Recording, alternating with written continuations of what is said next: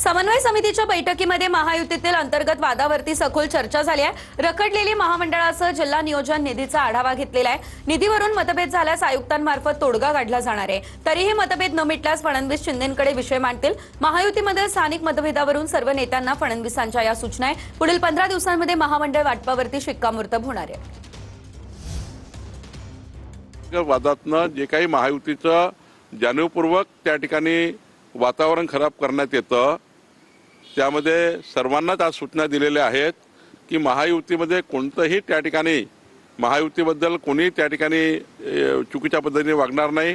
आता देवेंद्र फडणवीस यांना दिल्लीत येण्यासंदर्भात ज्या हालचाली सुरू आहेत त्याआधी हे सगळ्या विषयांचा निपटारा करून